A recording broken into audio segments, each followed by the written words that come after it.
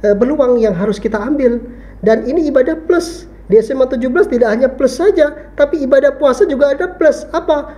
Ibadah puasa kita, orang yang tertidur itu juga, orang yang tidur, orang yang istirahat itu juga beribadah. Tapi bukan berarti selalu bertidur, selalu istirahat.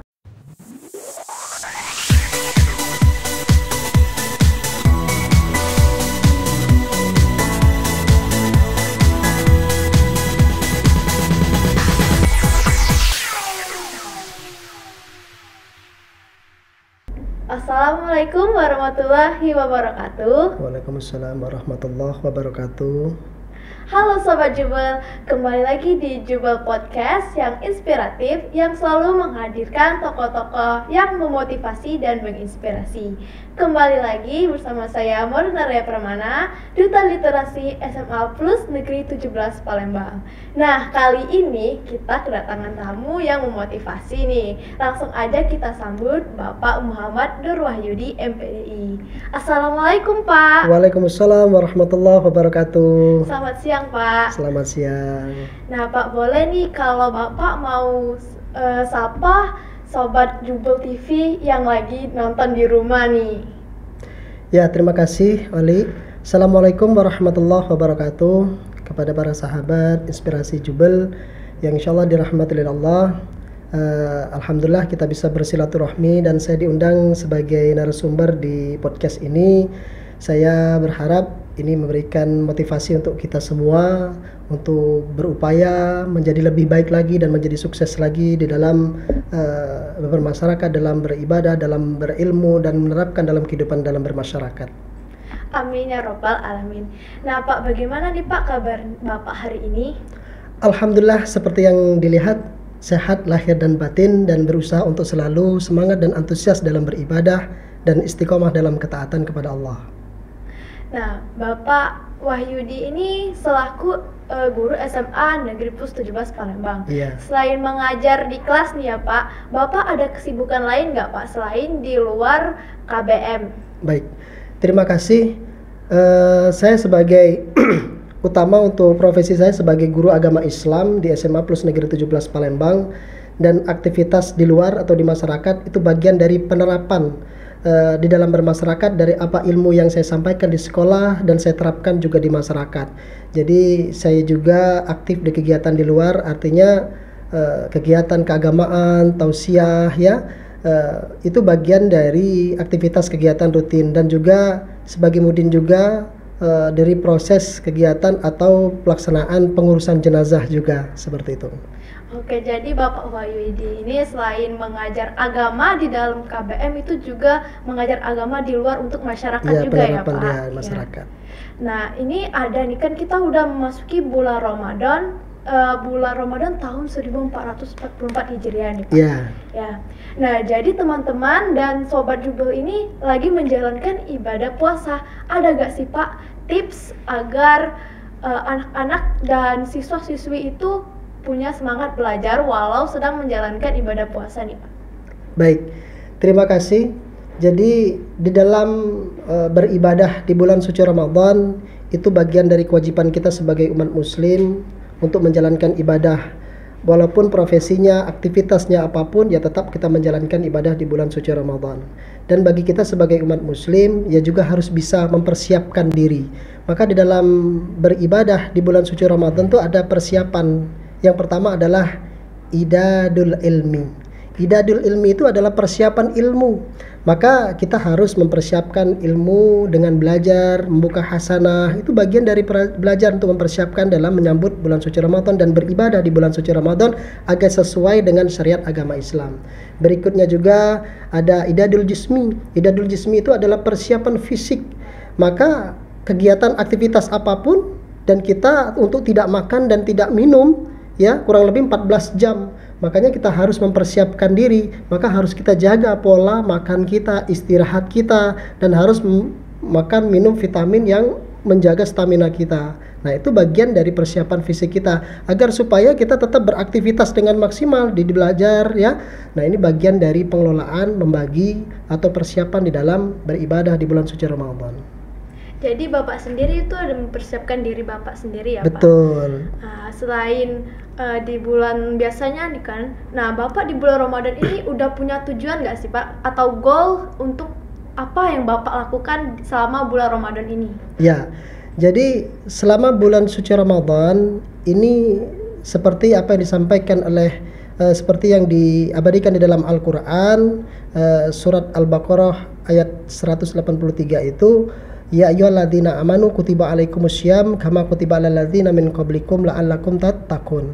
Jadi kita diajak sebagai umat muslim, ya, orang yang beriman itu untuk beribadah, berpuasa di bulan suci Ramadan. Dan yang perlu saya garis bawahi adalah la'allakum tattaqun.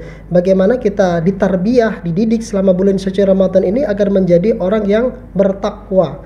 Jadi tujuannya dalam bulan suci Ramadan ini, 1 bulan penuh ini kita dididik, ditarbiyah supaya kita dapat meningkatkan kualitas ketakwaan kita kepada Allah Subhanahu wa taala. Seperti itu. Berarti Bapak udah antusias banget ya Pak ya untuk Iya, harus semangat kita di dalam berpuasa, ya. Jangan kita kesampingkan ibadah puasa terus ibadah-ibadah yang tidak kita kerjakan. Umpamanya kita berpuasa tapi kita nggak sholat, nggak bisa. Jadi ibadah sholat tetap kita kerjakan, ya. Ibadah sholat, ibadah puasa ya tetap kita kerjakan. Itu bagian dari kewajiban kita kepada Allah Subhanahu wa taala. Seperti itu. Bulan Ramadan ini Bapak menjalankannya bersama keluarga besar atau keluarga kecil nih Pak? Yang jelas kewajiban kami dari mulai saya idab nafsi, mulai dari diri saya sendiri, mengajak dari keluarga, dan anak saya belum balik. Jadi sudah saya ajak untuk berpuasa, membiasakan puasa, ya. Itu bagian dari mentarbiyah, mendidik. Nanti di saat usia balik dia sudah bisa mampu beribadah puasa 1 bulan penuh. Nah, itu bagian dari mengajak. Dan juga aktivitas kegiatan yang lainnya di masyarakat yang mengajak jamaah yang lainnya untuk semangat dalam beribadah, meningkatkan kualitas keimanan kepada Allah. Seperti itu. Jadi anak Bapak sendiri ini udah diajarkan ya Pak? Untuk Iya. Selain berpuasa nih Pak, Bapak sendiri itu mengajarkan anak Bapak itu untuk beribadah kepada Allah itu dengan cara apa ya Pak? Ya, jadi mengajarkan kita, anak saya untuk beribadah kepada Allah itu bagian dari kewajiban orang tua. Jadi kewajiban orang tua itu mendidik anaknya supaya menjadi orang yang berakhlakul karimah, berakhlak yang baik, taat kepada Allah dan taat kepada orang tua, dan bisa bermanfaat bagi masyarakat, agama dan bangsa. Makanya anak sudah saya biasakan tidak hanya memberi contoh kepada anak berkaitan dengan ibadah, kita mengajak untuk sholat, ya kita juga harus sholat. Mengajak ke masjid, ya kita juga harus ke masjid. Jadi kita berusaha untuk bisa memberi contoh, sekaligus juga kita bisa menjadi contoh. Seperti itu. Amin ya Rabbal Alamin. Ya, amin. Nah ini Pak, jadi bulan Ramadan ini menurut Bapak ya Pak, secara pribadi, dari bulan Ramadan sebelum-sebelumnya, ada nggak sih perbedaan menurut situasi atau cara menyelenggarakannya? Itu ada perbedaan nggak sih Pak dari bulan kemarin?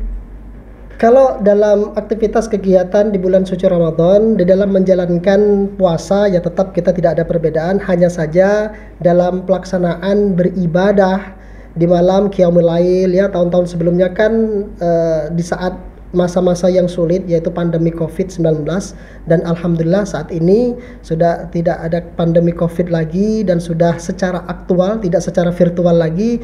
Maka beribadah kepada Allah artinya sudah semakin ramai di masjid-masjid, ya, kegiatan sholat tarawih, sholat witir, ya, kegiatan beribadah tadarus Al-Quran, ya, itu bagian dari menyemarakkan, memakmurkan masjid.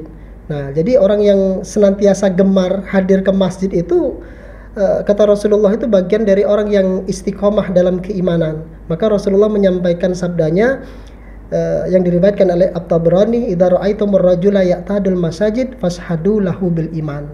Yang artinya, "Idza ra'aitumur rajula ya'tadul masajid," apabila kamu menyaksikan orang yang senantiasa gemar ke masjid, hadir ke masjid, fashadu, maka saksikanlah lahu bil iman, bahwa orang itu sungguh benar-benar beriman.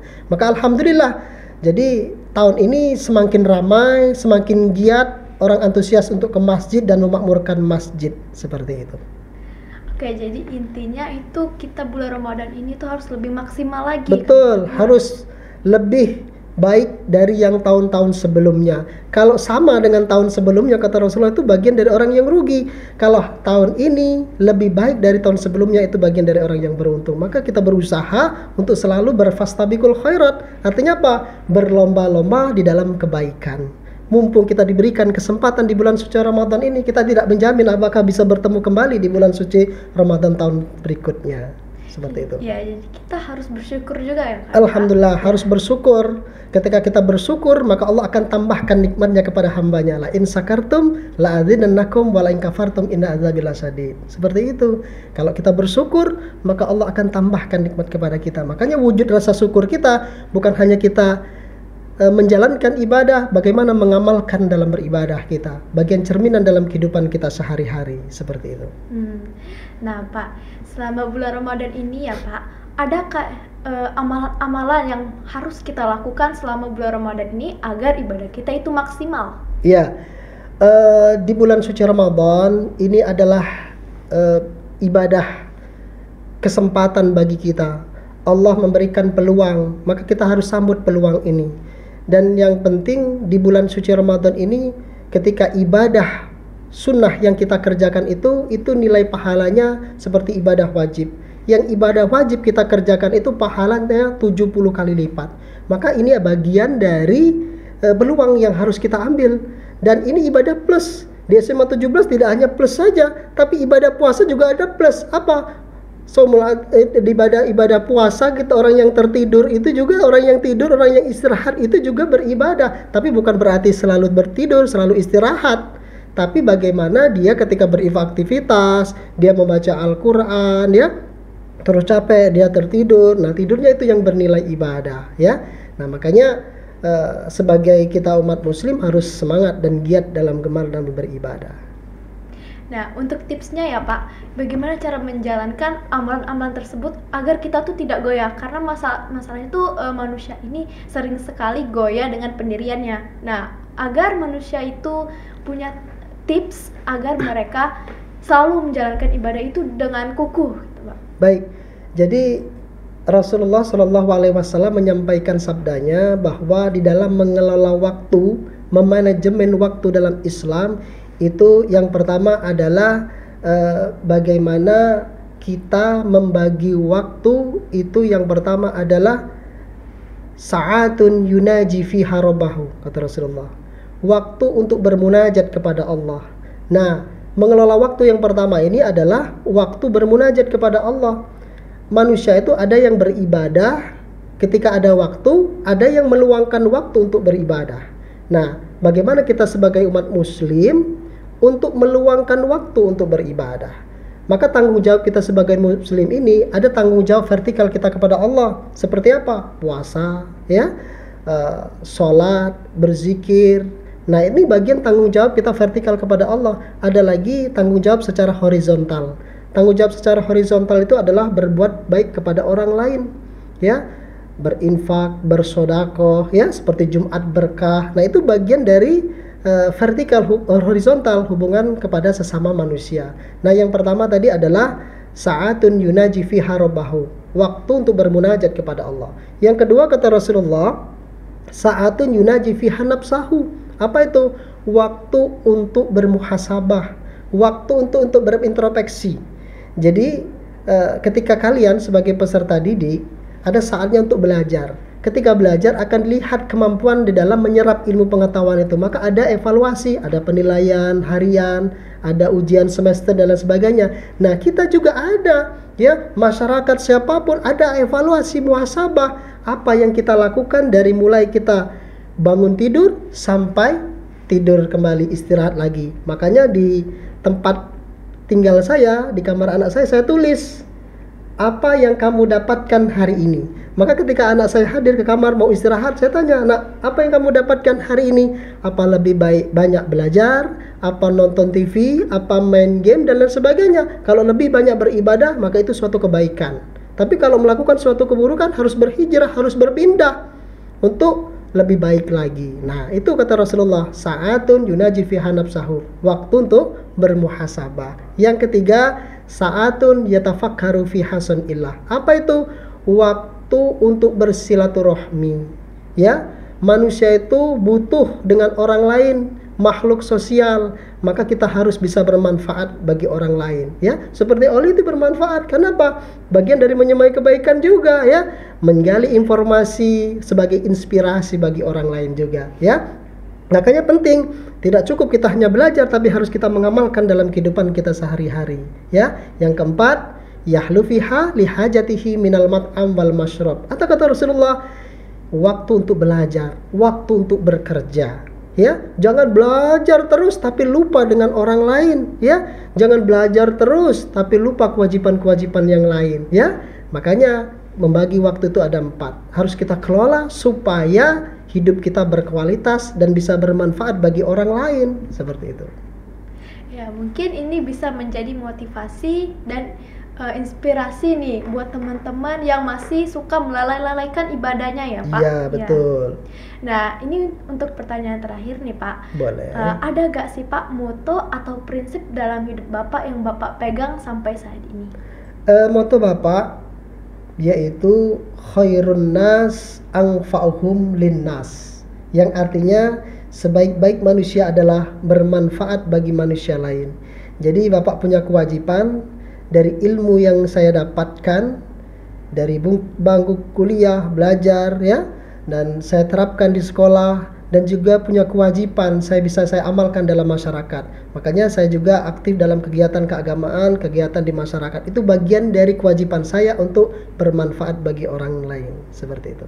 Masya Allah, semoga Bapak selalu diberikan rezeki ya Pak. Amin ya rabbal alamin.